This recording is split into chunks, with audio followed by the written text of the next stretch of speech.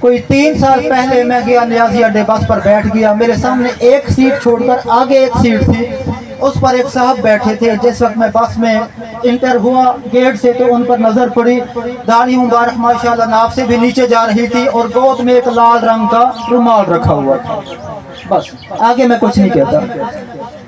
ساتھ والی سیٹ خالی تھی، میری سیٹ اس سے ایک سیٹ چھوڑ کر پچھلی سیٹ تھی، میں اپنی سیٹ پر بیٹھ گیا۔ تھوڑی دیر بعد ایک دیہاتی قسم کا بندہ کہ جس کی عمر کوئی 50 55 60 کے قریب ہوگی، وہ آگر ان کے ساتھ آگے بیٹھ گیا۔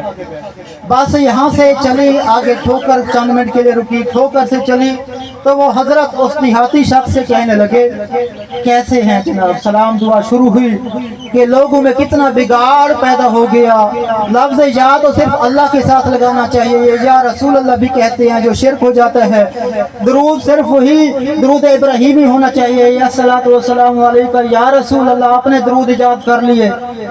وہ شخص خاموشی سے سنتا رہا، بس چلتی رہی۔ میری سیٹ ایک سیٹ چھوڑ کر تھی، مجھ تک بھی آواز پہنچ رہی تھی، دوسری سواریاں بھی سن رہی تھی۔ دیہاتی شخص خاموشی سے سنتا رہا۔ لاہور سے بس چلی، سہیوال پہنچ گئی، 2.5 گھنٹے کا سفر ہے تقریباً۔ میں پیچھے بیٹھا تل ملا رہا تھا، دل کرتا تھا اٹھوں اس کے پاس جاؤں، جناب آپ کیا بات کر رہے ہیں، ایسے بات نہیں، کوئی اس سے بات کروں، کوئی اس کو دلیل دوں، لیکن بس اس طرح کی گفتگو کا مقام نہیں ہوتا۔ میں خاموش اپنی جگہ پہ بیٹھا رہا، لیکن اندر ہی اندر میں بڑا تل ملا رہا تھا۔